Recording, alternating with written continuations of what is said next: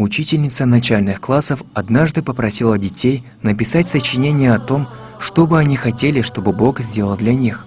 Вечером, когда она проверяла работы, она наткнулась на одно сочинение, которое ее очень расстроило.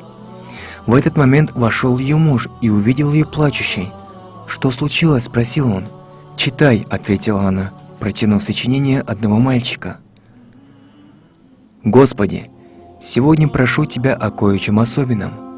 Преврати меня в телевизор. Я хочу занять его место. Хочу жить, как живет телевизор в нашем доме. Хочу иметь особенное место и собирать семью вокруг себя, чтобы меня слушали, не перебивая и не задавая вопросы, когда я говорю. Хочу быть центром внимания. Хочу, чтобы мной занимались, как занимаются телевизором, когда он перестает работать.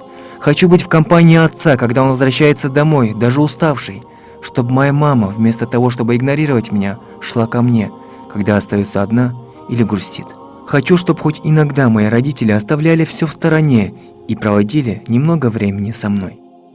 Боже, я не прошу многого, я только хочу жить, как живет любой телевизор». «Кошмар, бедный мальчик!» – воскликнул муж учительницы. «Что же это за родители такие?»